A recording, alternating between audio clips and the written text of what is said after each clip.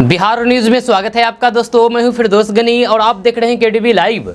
दोस्तों आज हो चुका है मंगलवार 11 जुलाई 2023। तो आज की पूरे बिहार की टॉप न्यूज लेकर आए हैं आपके लिए। दोस्तों वीडियो शुरू करने से पहले आपसे एक रिक्वेस्ट है कि अगर आप नए आए हैं इस चैनल पर तो फिर चैनल को सब्सक्राइब करके बेल आइकन को प्रेस कर दीजिए और साथ ही वीडियो को लाइक कर दीजिए, अपने दोस्तों के साथ शेयर भी कीजिए। तो चलिए शुरू करते हैं आज की पूरे बिहार की टॉप न्यूज। दोस्तों आज बिहार न्यूज की शुरुआत हेडलाइन से करते हैं, तो चलिए बात करते हैं विस्तार से। तो बात करते हैं कि बिहार में होगा तख्ता पलट, तेजस्वी यादव बनेंगे मुख्यमंत्री। बीजेपी ने दिया चौंका देने वाली बयान। बिहार में भारी बारिश से सुरक्षा जगहों पर पलायन कर रहे लोग, कई नदियां उफान पर। सावन की पहली सोमवारी को बड़ा हादसा, गंगा स्नान करने गए 6 किशोर डूबे, 4 की गई जान। तेजस्वी यादव के इस्तीफे की मांग को लेकर के बीजेपी का प्रदर्शन, नीतीश कुमार पर भी हमला। बिहार के इन जिलों में होगी झमाझम बारिश, मौसम विभाग ने जारी किया अलर्ट, वज्रपात की भी चेतावनी। बिहार के शिक्षक भर्ती आवेदन की तारीख बढ़ी, जाने कब तक कर सकते हैं आवेदन। बिहार विधानसभा में भाजपा का जोरदार हंगामा, तेजस्वी के इस्तीफे की मांग, कार्रवाई हुई स्थगित। बिहार में फोकनिया मौलवी की परीक्षा शुरू, केंद्र में स्मार्ट घड़ी ले जाने पर रोक, जाने पूरी गाइडलाइंस। कंटेनर में बिहार जा रही 2 करोड़ रुपए से अधिक कीमत की शराब बरामद, एक तस्कर गिरफ्तार। क्या तेजस्वी यादव को लैंड फॉर जॉब मामले में इस्तीफा देना चाहिए? सर्वे में आई है हैरान कर देने वाली तस्वीर। बिहार के शिक्षक अब मोबाइल पर नहीं कर सकेंगे चैट, रील शॉर्ट्स बनाने पर भी रोक, के पाठक ने जारी किया आदेश। आरजेडी के बाद अब लेफ्ट ने भी खोला मोर्चा, सीपीआई विधायक ने के पाठक को बताया नौकर, कहा ऐसे अफसर को कचरे में फेंके नीतीश तेजस्वी।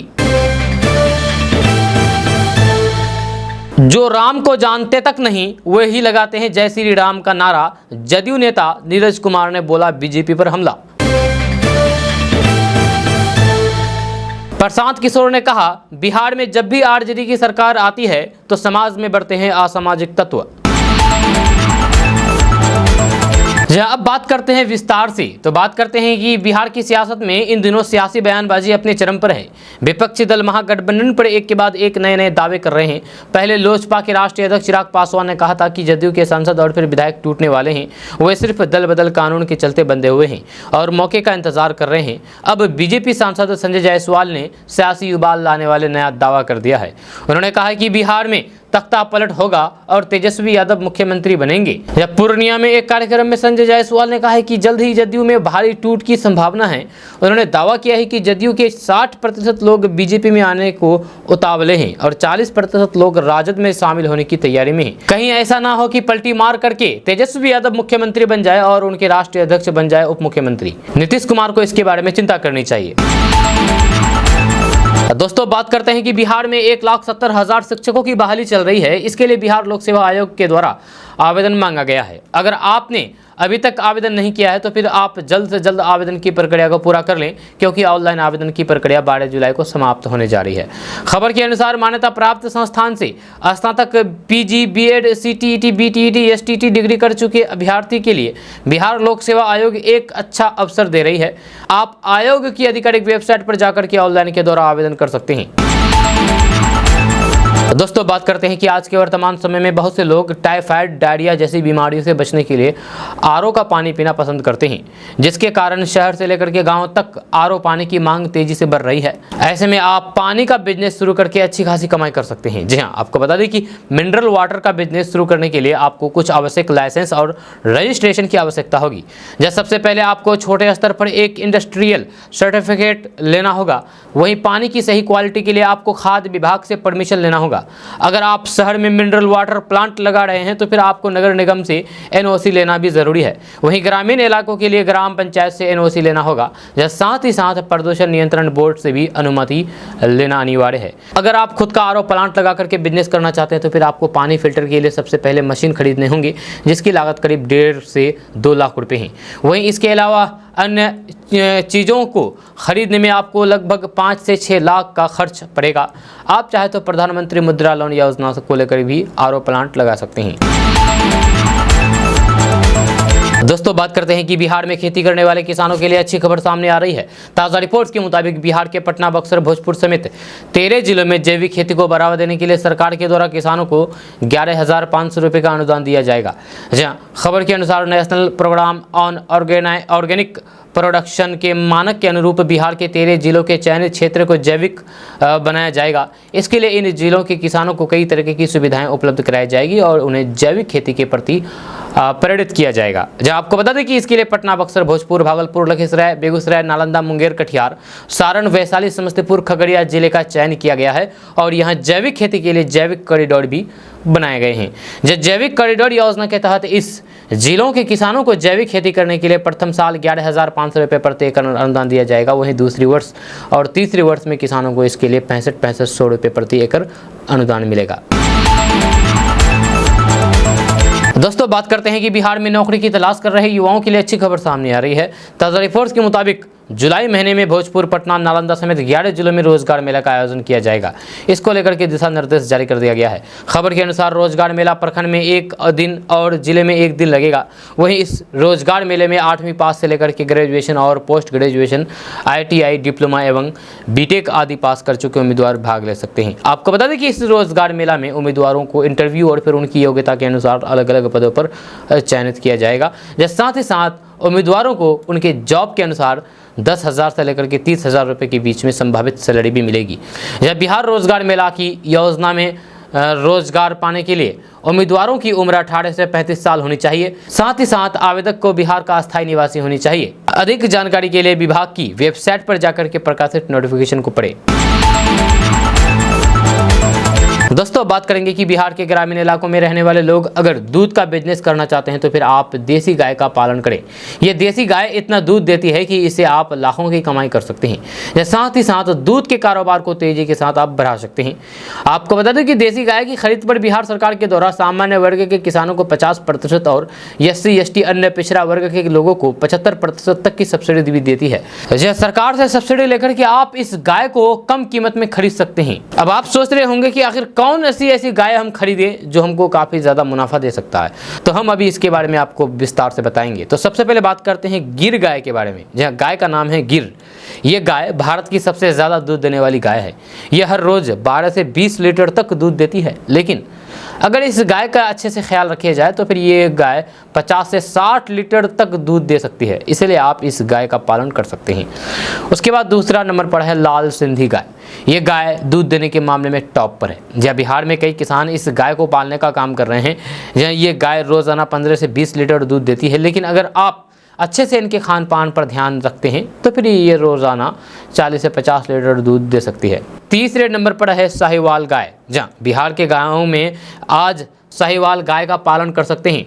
जहाँ ये गाय हर रोज 10 से 15 लीटर दूध देती है। लेकिन खान पान ठीक रहने पर ये 30 से 40 लीटर भी दूध दे सकती है। इससे आप अच्छी कमाई भी कर सकते हैं। दोस्तों, बात करते हैं कि बिहार में रहने वाले लोगों के लिए बड़ी खबर सामने आ रही है। ताज़ा रिपोर्ट्स के मुताबिक मौसम विभाग ने बिहार में अगले 3 दिनों तक बारिश और वज्रपात की चेतावनी जारी किया गया है। साथ ही साथ खराब मौसम के दौरान लोगों को सावधान रहने के निर्देश दिए गए हैं। खबर के अनुसार मानसून ट्रफ जैसलमेर से अजमेर, शिवपुरी, सिद्धि, डालटेलगंज, शक्ति निकेतन से होकर के मणिपुर तक फैला है, जिसके कारण बिहार के पूर्वी चंपारण, पश्चिमी चंपारण, किशनगंज, अररिया और सीतामढ़ी जिले में भारी बारिश की संभावना है। वहीं कल बिहार के अधिकतर जिलों में वज्रपात और मेघ गर्जन के साथ आंशिक बारिश की चेतावनी जारी किया गया है। जब पटना, बक्सर, नालंदा समेत अन्य जिलों में गरज चमक के साथ हल्के से मध्यम स्तर की बारिश हो सकती है। आपको बता दें कि 11 जुलाई को यानी कि आज अररिया, किशनगंज और पूर्णिया में अति भारी बारिश का ऑरेंज अलर्ट जारी किया गया है। यानी कि काफ़ी से काफ़ी ज़्यादा बारिश हो सकती है इन जिलों में। जबकि 12 जुलाई को यानी कि कल पूर्णिया, कटिहार, सीतामढ़ी, मधुबनी, सुपौल, अररिया, किशनगंज एवं मधेपुरा में अति भारी बारिश की चेतावनी है। दोस्तों बात करते हैं कि बिहार में पढ़ाई करने वाले छात्रों के लिए बड़ी खबर सामने आ रही है। ताज़ा रिपोर्ट्स के मुताबिक संघ लोक सेवा आयोग नई दिल्ली द्वारा आयोजित सिविल सेवा प्रतियोगिता परीक्षा की प्रारंभिक परीक्षा यानी कि पीटी में पास होने वाले अनुसूचित जाति, अनुसूचित जनजाति एवं अत्यंत पिछड़ा वर्ग के छात्रों को सरकार के द्वारा 1 लाख रुपए की राशि दी जाएगी। खबर के अनुसार साल 2023 की संघ लोक सेवा आयोग सिविल सेवा की प्रारंभिक परीक्षा में पास होने वाले छात्र इसके लिए आवेदन कर सकते हैं। आपको बता दें कि ऑनलाइन आवेदन की प्रक्रिया शुरू हो चुकी है जो 17 जुलाई तक चलेगी। तो अब आप सोच रहे होंगे कि आवेदक के लिए पात्रता क्या होगा। तो आपको बता दें कि आवेदक को बिहार का अस्थायी निवासी होना चाहिए। नई दिल्ली द्वारा आयोजित सिविल सेवा परीक्षा 2023 में पास होनी चाहिए। आवेदक को बिहार सरकार द्वारा अधिसूचित अत्यंत पिछड़ा वर्ग कोटि का सदस्य होनी चाहिए। आपको बता दें कि किसी भी उम्मीदवार को इस योजना का लाभ एक ही बार दिया जाता है, इसलिए आवेदन इसका ध्यान रखें। आप आवेदन करने के लिए एक वेबसाइट पर जा सकते हैं और ये वेबसाइट है www.fts.epis.nic.in। इस वेबसाइट पर जाकर के आप ऑनलाइन के माध्यम से आवेदन कर सकते हैं बड़ी आसानी से। दोस्तों बात करते हैं कि बिहार के कटिहार जिले में सावन के पहले दिन पूजा के लिए पानी लाने गंगा नदी में गए 4 युवक डूब गए। जी हाँ, जब घाट पर मौजूद अन्य लोगों ने उन्हें डूबते देखा तो फिर उनमें से कुछ ने नदी में छलांग लगा दी और उनमें से 2 को बचाने में कामयाब रहे। बाकियों को भी बाहर निकाला गया लेकिन वे पहले ही दम तोड़ चुके थे। घटना की जानकारी मिलने पर ग्रामीण घाट पर पहुंचे, पुलिस को बुलाया और सबको बाहर निकाला गया। दोस्तों बात करते हैं कि दिल्ली में आगामी 18 जुलाई को बीजेपी के नेतृत्व वाले एनडीए की बैठक होने वाली है। इससे पहले उन पार्टियों के लिए फैसले की घड़ी है जिनके इस गठबंधन में शामिल होने के कयास लगाए जा रहे हैं। बिहार के पटना में हुई लोक जनशक्ति पार्टी रामविलास की बैठक में गठबंधन को लेकर के फैसले का अधिकार चिराग पासवान को दे दिया गया है। जब बैठक के बाद चिराग पासवान ने कहा है कि पार्टी पदाधिकारियों की बैठक में गठबंधन पर फैसले के लिए मुझे अधिकृत किया गया है। जब समय समय पर कई मुद्दों पर मैंने बीजेपी का समर्थन किया है। बिहार में विधानसभा उपचुनाव में बीजेपी के लिए मैंने भी प्रचार किया था। साल 2024 में हम किससे गठबंधन करेंगे ये जल्द तय कर लिया जाएगा। भले ही चिराग पासवान आज एनडीए में शामिल होने का ऐलान नहीं किया लेकिन इशारों में उन्होंने बता दिया है कि उनका अगला कदम क्या होगा। उधर गृह राज्य मंत्री और फिर बिहार बीजेपी के पूर्व अध्यक्ष नित्यानंद राय ने चिराग की पार्टी की बैठक से ठीक पहले उनसे मुलाकात करके संकेत दे दिए हैं कि अब चिराग पासवान की घर वापसी तय है। बिहार में कयास ये भी लगाए जा रहे हैं कि चिराग पासवान मोदी सरकार के विस्तार के दौरान कैबिनेट में शामिल हो सकते हैं, लेकिन चिराग पासवान ने फिलहाल इस मुद्दे पर चुप्पी साधी हुई है, यानी कि चिराग पासवान को मंत्री बनाया जा सकता है। दोस्तों बात करते हैं कि बिहार में भारी बारिश से सुरक्षित जगहों पर पलायन कर रहे लोग, कई नदियां उफान पर हैं। जब बिहार में लगातार हो रही भारी बारिश से गंगा, गंडक, कोसी और बागमती समेत कई नदियां उफान पर है। नदियों के आसपास के इलाकों में कटाव का खतरा बना हुआ है। लोग अब सुरक्षित जगहों पर पलायन कर रहे हैं। मौसम विभाग ने बिहार के 5 जिलों में ऑरेंज और 5 अन्य जिलों में येलो अलर्ट जारी किया है। बिहार और नेपाल में हो रही लगातार बारिश के बाद नदियों का जलस्तर तेजी से बढ़ रहा है। यह साथ ही कटाव भी तेज होने से नदी किनारे बसी आबादी पर खतरा बढ़ गया है। जहां गंडक, कोसी, बागमती समेत सारी नदियों की कमोबेश ऐसी ही स्थिति है। जब बेतिया के योगापट्टी और गोपालगंज के 6 प्रखंडों में गंडक नदी का कटाव तेज होने से लोगों में दहशत है। तो दूसरी तरफ गोपालगंज के 6 प्रखंडों के 42 गांव गंडक नदी के निशाने पर हैं। जहां नदी के बढ़ते घटते जलस्तर के बीच दियारा क्षेत्र के लोगों में बाढ़ का भय सता रहा है। वहीं पर मधेपुरा में कोसी की सहायक नदियों में पानी बढ़ने से चौसा प्रखंड इलाके में निचले हिस्से में नदी का पानी फैलने लगा है। चौसा के मोड़ संडा पंचायत के समीप घगड़ी नदी का कटाव भी जारी हो चुका है। दोस्तों बात करते हैं कि अमेरिका यात्रा से रविवार को पटना लौटे बिहार के उप मुख्यमंत्री तेजस्वी यादव ने कहा कि वे आने वाले दिनों में अपनी पार्टी आरजेडी प्रमुख लालू प्रसाद और मुख्यमंत्री नीतीश कुमार के साथ मिलकर के भाजपा की सर्जरी करेंगे। दिल्ली में मौजूद लालू प्रसाद यादव को लेकर के उन्होंने पटना वापस लौट आए हैं। तेजस्वी यादव ने कहा है कि भाजपा के नेता बिहार के लोगों के बीच भ्रम पैदा कर रहे हैं कि महागठबंधन में दरारें दिखाई दे रही है और ये जल्द ही टूट जाएगा। मैं उन्हें बताना चाहता हूं कि महागठबंधन मजबूत और एकजुट है। हम लालू प्रसाद और नीतीश कुमार के नेतृत्व में काम कर रहे हैं और हमारे और मुख्यमंत्री के बीच कोई भी मतभेद नहीं है। तेजस्वी यादव ने कहा कि नीतीश कुमार के नेतृत्व में बिहार में सरकार मजबूती से और सुचारू रूप से चल रही है। देश के लोकतंत्र और संविधान को बचाने और फिर देश हित में विकास के उद्देश्य से ही महागठबंधन का गठन किया गया है। उन्होंने कहा कि महागठबंधन के गठन के बाद हमने तय किया है कि लालू जी और फिर नीतीश जी समूचे देश का दौरा करेंगे और विपक्षी दलों को एकजुट करेंगे। उन्होंने ऐसा किया है और आपने इसे पटना की बैठक के दौरान देखा है। अब बेंगलुरु में हमारी दूसरी बैठक है, चूँकि पटना बैठक हमारे लिए एक बड़ी सफलता थी। भाजपा प्रचार कर रहे हैं कि महागठबंधन में सब कुछ ठीक नहीं है। हम भली भांति जानते हैं कि ये प्रोपेगेंडा है और नीतीश जी भी ये जानते हैं। तेजस्वी यादव ने कहा है कि जब भी हम भाजपा को हराते हैं और उसे बिहार से बाहर फेंकते हैं तो फिर वे सीबीआई, ईडी और आयकर लेकर के आ जाते हैं और इन एजेंसियों का दुरुपयोग करते हैं। 2017 में सीबीआई ने मेरे ऊपर आरोप पत्र दाखिल किया था, उसका क्या हुआ? 6 साल बीत जाने के बाद कहां है जांच और कहां है एजेंसियां? दोस्तों, बात करेंगे कि बिहार विधानसभा का मानसून सत्र शुरू हो गया है। पहले दिन ही बीजेपी ने विधानसभा पार्टियों में जम करके नारेबाजी की। बीजेपी विधायक तेजस्वी यादव की बर्खास्तगी का पोस्टर लेकर के पहुंचे थे। बिहार विधानसभा में बीजेपी तेजस्वी यादव से इस्तीफे की मांग कर रहे हैं और इस्तीफा नहीं देने पर उनकी बर्खास्तगी की मांग मुख्यमंत्री से कर रहे हैं। बीजेपी के विधायक काफ़ी देर तक नारेबाजी करते रहे। कल बिहार विधानसभा में मुख्यमंत्री अपनी गाड़ी से ही उप मुख्यमंत्री तेजस्वी यादव और पर्यावरण एवं जलवायु परिवर्तन मंत्री तेज प्रताप यादव को लेकर के पहुंचे थे। वहीं पर भारतीय जनता पार्टी के लोग लगातार तेजस्वी यादव से इस्तीफे की मांग कर रहे थे। इसको लेकर के बीजेपी के विधायक मुख्यमंत्री पर निशाना साध रहे हैं और कह रहे हैं कि मुख्यमंत्री का ये दोहरा चरित्र है।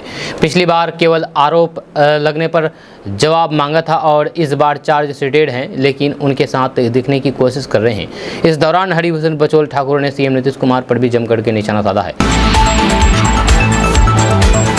दोस्तों, बात करते हैं कि मौसम विभाग ने अगले 3 दिनों तक बिहार के कई हिस्सों में भारी बारिश का येलो अलर्ट जारी किया है। पटना सहित अन्य जगहों पर आंशिक बादलों के आवागमन पर बारिश की संभावना जताई गई है। जब मौसम विभाग की तरफ से चंपारण और सीमांचल क्षेत्र में भारी बारिश की चेतावनी जारी की गई है। दरअसल मानसून ट्रफ जैसलमेर से अजमेर, शिवपुरी, सिद्धि, डाल्टागंज से होकर के मणिपुर तक फैला है। ऐसे में बिहार के चंपारण और सीमांचल क्षेत्र में भारी बारिश होने की संभावना है। विभाग की तरफ से चंपारण और सीमांचल के 3 जिलों के अलावा कुल 5 जिलों में बारिश का अलर्ट जारी किया गया है। मौसम विभाग ने जिन जिलों के लिए अलर्ट जारी किया है उसमें पूर्वी चंपारण, पश्चिमी चंपारण, किशनगंज, अररिया, सीतामढ़ी का नाम शामिल है। मौसम विभाग ने बिहार के अधिकतर जिलों में बारिश और वज्रपात की चेतावनी जारी की गई है। आपको बता दें कि मौसम विभाग ने 11 जुलाई को किशनगंज, अररिया और पूर्णिया में अति भारी बारिश का ऑरेंज अलर्ट जारी किया गया है। दोस्तों, बात करते हैं कि बिहार कांग्रेस के अध्यक्ष अखिलेश प्रसाद सिंह ने दरभंगा के पूर्व सांसद कीर्ति झा आज़ाद को कांग्रेस में आने का न्योता दिया है। बिहार कांग्रेस के अध्यक्ष अखिलेश प्रसाद सिंह किसी निजी कार्यक्रम के सिलसिले में दरभंगा पहुंचे थे। इसी दौरान वे कीर्ति झा आज़ाद से मिले थे। जब वहीं उन्होंने पूर्व सांसद और वर्तमान में टीएमसी के सदस्य कीर्ति आज़ाद को कांग्रेस में आने का न्योता दिया है। जब कांग्रेस के इस ऑफर के बाद मिथिलांचल में राजनीतिक सरगर्मियां बढ़ गई है। वहीं कीर्ति झा आज़ाद ने भी अखिलेश प्रसाद के ऑफर पर रजामंदी जताते हुए कहा है कि हम तो पुराने कांग्रेसी रहे हैं। बिहार कांग्रेस अध्यक्ष अखिलेश सिंह ने कीर्ति झा आज़ाद के पिता भागवत झा आज़ाद का जिक्र करते हुए कहा है कि कांग्रेस में रहते हुए इनके पिता बिहार के मुख्यमंत्री रहे हैं। इनका परिवार हम लोगों से ज़्यादा पुराने कांग्रेसी रहे हैं। इन लोगों का कांग्रेस पार्टी और फिर गांधी परिवार से पुराना संबंध रहा है। इसलिए हम इन्हें न्योता देने आए हैं कि फिर से कांग्रेस में आ जाएं और कांग्रेस का हाल मजबूत करें। दोस्तों, बात करते हैं कि बिहार में शिक्षक बहाली के लिए आवेदन की अंतिम तिथि यानी कि अंतिम तारीख 15 जुलाई 2023 तक बढ़ा दी गई है। इससे पहले आवेदन की आखिरी तारीख 12 जुलाई 2023 थी। आयोग के अध्यक्ष अतुल प्रसाद ने ट्वीट करके ये जानकारी दी है। आयोग की ओर से जल्द ही इसको लेकर के अधिसूचना भी जारी की जाएगी।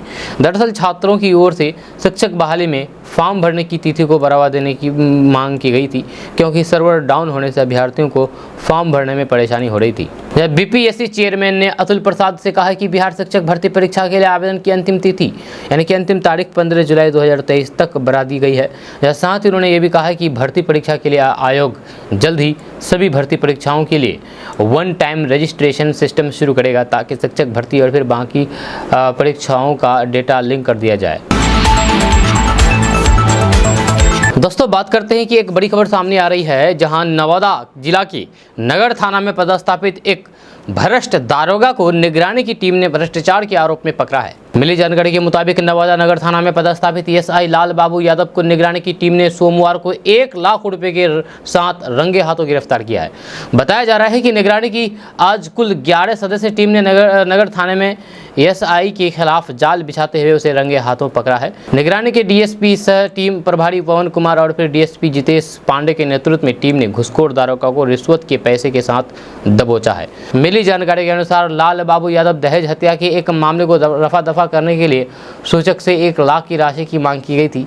इसके बाद इस केस की सूचक ममता कुमारी ने पटना के निगरानी दफ्तर में 10 दिन पहले ही इस मामले की जानकारी दी थी। इसके बाद निगरानी की टीम ने इस शिकायत को गंभीरता से लिया और 4 दिन पहले ही इस केस का सत्यापन किया, जिसमें बात सच साबित हुई। दोस्तों, बात करते हैं कि बिहार में अगर आप कोई भी बिजनेस शुरू करना चाहते हैं तो और फिर आपके पास पैसा नहीं है तो आप प्रधानमंत्री मुद्रा लोन योजना के तहत लोन लेकर के बिजनेस शुरू कर सकते हैं। साथ ही साथ आसानी से आप अपने बिजनेस को बढ़ा सकते हैं। खबर के अनुसार मुद्रा योजना के माध्यम से आप 50,000 से लेकर के 10 लाख तक का लोन प्राप्त कर सकते हैं। जहाँ इसके लिए आपको ऑनलाइन के द्वारा आवेदन करना होगा। जहाँ आवेदन करने के कुछ दिनों के बाद लोन की राशि आपके बैंक अकाउंट में आ जाएगी।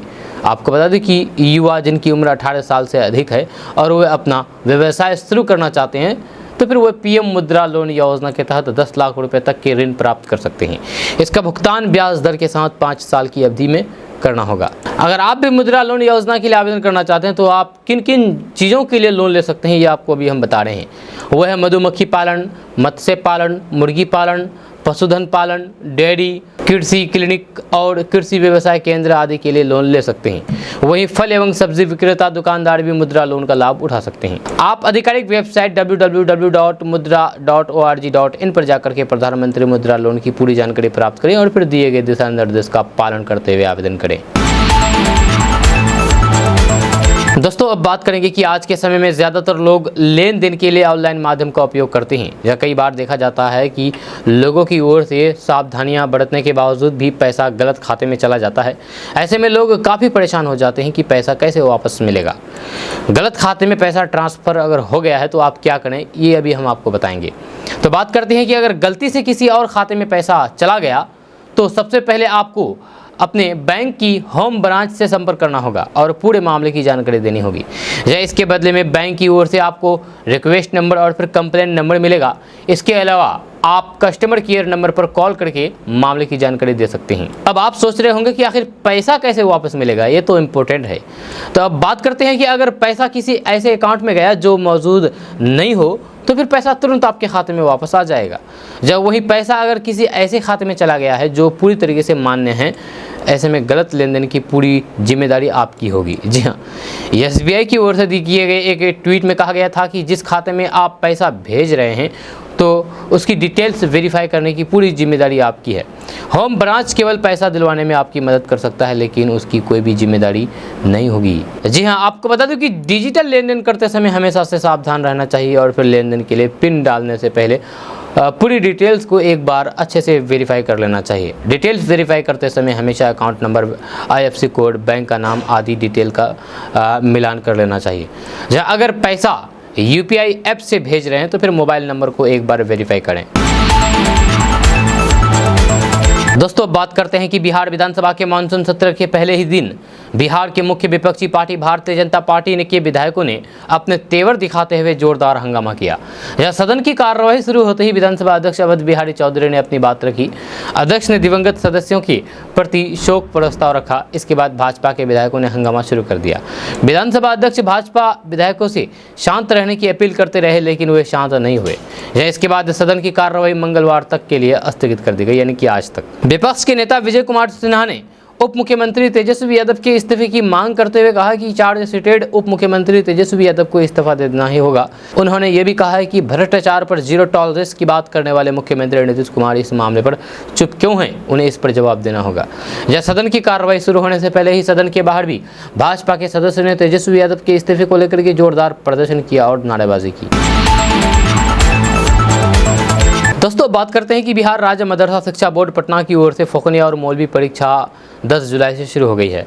जब परीक्षा केंद्र में छात्रों को आधा घंटा पहले पहुंचना है, जब साथ ही यहां स्मार्ट घड़ी पहनने पर रोक लगा दी गई है। आपको बता दूं कि इस साल फौकनिया परीक्षा में कुल 58,363 उम्मीदवार शामिल हो रहे हैं, जिसमें छात्र 19,574 और छात्रा 38,789 है। इस साल गैर मुस्लिम उम्मीदवारों की संख्या 66 है, जब वर्ग मौलवी में कुल 37,718 उम्मीदवार शामिल हो रहे हैं। मौलवी में नए पाठ्यक्रम के अनुसार कुल 8,404 उम्मीदवार हैं, जिनमें छात्र 2,795 और फिर छात्रा 5,609 हैं। दोस्तों बात करते हैं कि बिहार में खेती गांव और किसानों तक ही सीमित थी, लेकिन अब शहरों में भी धीरे धीरे छत पर गार्डनिंग का चलन बढ़ रहा है। जब कभी लोग छत पर फूल पौधे लगा करके सजाते थे, लेकिन अब फल और सब्जियां लगाई जा रही है। इससे किचन की छोटी मोटी ज़रूरतें पूरी हो रही है। जब बिहार की राज्य सरकार ऐसे ही गार्डनिंग को प्रोत्साहित कर देने के लिए छत पर बागवानी योजना चला रही है। जी हाँ, छत पर बागवानी योजना, जिसके तहत टेरेस पर ऑर्गेनिक फ्रूट्स और सब्जियां उगाने के लिए 25,000 रुपये तक की सब्सिडी मिलेगी। जहाँ इसे 2 गार्डनिंग यूनिट लगा सकते हैं। इस योजना का लाभ सोसाइटी या फिर अपार्टमेंट में रहने वाले लोग भी उठा सकते हैं। अगर आप इसके लिए आवेदन करना चाहते हैं तो आप जरूर इसके लिए आवेदन कर सकते हैं और इसका फ़ायदा ले सकते हैं। जी हाँ, आवेदनकर्ता बिहार का अस्थायी निवासी हो या आवेदक को ऑर्गेनिक फ्रूट्स और सब्जी उगाने में सक्षम हो। खुद के मकान के छत पर 300 स्क्वायर फीट की जगह होनी चाहिए, या इसके अलावा अगर अपार्टमेंट में है तो फिर सोसाइटी की तरफ से NOC हो। अब आप सोच रहे होंगे कि आखिर छत पर उगाए जाने वाले कौन से पौधे होंगे, कौन से पौधे छत पर उगाए जा सकते हैं। तो बात करते हैं कि सब्जी में बैगन, टमाटर, गाजर, मूली, पत्तेदार सब्जी, भिंडी, कद्दू, गोभी, फल में नींबू, पपीता, आम, अनार, अंजीर समेत अन्य फ्रूट्स। औषधीय पौधे में धुरत कुमारी, करी पत्ता, वसाका, लेमन ग्रास और अश्वगंधा की खेती कर सकते हैं। अब आप सोच रहे होंगे कि आखिर हम इसके लिए अप्लाई कैसे करें। तो सबसे पहले बिहार सरकार के बागवानी विभाग की ऑफिशियल वेबसाइट पर आपको जाना होगा, और ये वेबसाइट है www.horticulture.bihar.gov.in। इस वेबसाइट पर आपको जाना होगा। यहाँ योजनाओं का लाभ लेने के लिए विकल्प पर क्लिक करना होगा। उसके बाद आपको स्टेप बाय स्टेप कॉलम को फिल करना होगा और इसके लिए आप आराम से अप्लाई कर सकते हैं। दोस्तों बात करते हैं कि लैंड फॉर जॉब मामले में तेजस्वी यादव के पिता लालू प्रसाद यादव, मां राबड़ी देवी के साथ साथ अन्य लोगों के खिलाफ सीबीआई पहले से ही चार्जशीट दाखिल कर चुकी है। लैंड फॉर जॉब मामले पर तेजस्वी का नाम आने के बाद बीजेपी लगातार उनके इस्तीफे की मांग कर रहे हैं। लैंड फॉर जॉब मामले में सीबीआई का आरोप है कि साल 2004 से 2009 के बीच में इस घोटाले को अंजाम दिया गया था और नौकरियों के बदले लालू परिवार को जमीनें या तो तोहफे में दी गई या फिर बेच दी गई। नौकरी के बदले जमीन लेने संबंधित घोटाले में लालू परिवार की मुश्किलें बढ़ सकती है। इस मामले में सीबीआई ने कार्रवाई करते हुए दूसरे आरोप पत्र में 14 अन्य लोगों का नाम जोड़ा है। अधिकारियों ने कहा कि यादव परिवार के सदस्यों के अलावा सीबीआई ने मामले में एके इन्फो सिस्टम और कई बिचौलियों को भी नामजद किया है। आरोप पत्र विशेष सीबीआई अदालत में दाखिल किया गया है। बिहार की राजनीति में उथल पुथल मची हुई है। ऐसे में सी वोटर ने एक सर्वे किया है और जनता के मूड को भांपने की कोशिश की गई है कि आखिर बिहार की जनता इस पूरे घटनाक्रम को किस तरीके से देखती है। लैंड फॉर जॉब मामले में तेजस्वी यादव के नाम जुड़ने के बाद बीजेपी आक्रामक हो गई है। बीजेपी लगातार सीएम नीतीश कुमार से तेजस्वी यादव से इस्तीफा लेने के लिए दबाव बना रही है। सर्वे में सबसे ज्यादा 47% लोगों ने कहा है कि लैंड फॉर जॉब मामले में चार्जशीट के बाद तेजस्वी यादव को इस्तीफा दे देना चाहिए। 42% लोगों ने नहीं में जवाब दिया है। 11% लोगों ने कहा है कि उन्हें इस बारे में पता नहीं है। देश में सियासी माहौल गरमाया हुआ है, वहीं बिहार में भी राजनीतिक उठापटक जारी है। इसको लेकर के सी वोटर ने सर्वे किया। दोस्तों बात करते हैं कि बिहार के डिप्टी सीएम तेजस्वी यादव के इस्तीफे की मांग को लेकर के बिहार की सियासत गर्मा गई है। इस मामले पर अब हिंदुस्तानी अवाम मोर्चा के संरक्षक और बिहार के पूर्व मुख्यमंत्री जीतन राम मांझी ने बड़ा बयान दिया है। जीतन राम मांझी ने कहा कि नैतिकता का तकाजा है कि डिप्टी सीएम तेजस्वी यादव को इस्तीफा दे देना चाहिए। जीतन राम मांझी ने पुराने दिनों की याद को ताज़ा करते हुए कहा कि मुख्यमंत्री नीतीश कुमार ने मेरा इस्तीफा ले लिया था, लेकिन आज वही मुख्यमंत्री है, लिहाजा chargesheeted deputy CM Tejashwi Yadav का इस्तीफा लेना चाहिए। जीतन राम मांझी ने यह भी कहा है कि पिछली मर्तबा मुख्यमंत्री नीतीश कुमार ने इसी मुद्दे को लेकर के महागठबंधन से नाता तोड़ा था। अगर डिप्टी सीएम तेजस्वी यादव इस्तीफा नहीं देते हैं तो फिर मुख्यमंत्री कार्रवाई करें। मुख्यमंत्री को डिप्टी सीएम से इस्तीफा मांगना चाहिए। जीतन राम मांझी ने यह भी कहा है कि मुझे महागठबंधन से बाहर किया गया, लेकिन हमने मर्ज नहीं किया। वही लालू प्रसाद के दोनों लाल यानी डिप्टी सीएम तेजस्वी यादव और मंत्री तेज प्रताप यादव के साथ मुख्यमंत्री नीतीश कुमार की विधानसभा आने पर जितन राम मांझी ने कहा है कि अच्छी बात है, ये सब बना करके रखना चाहिए।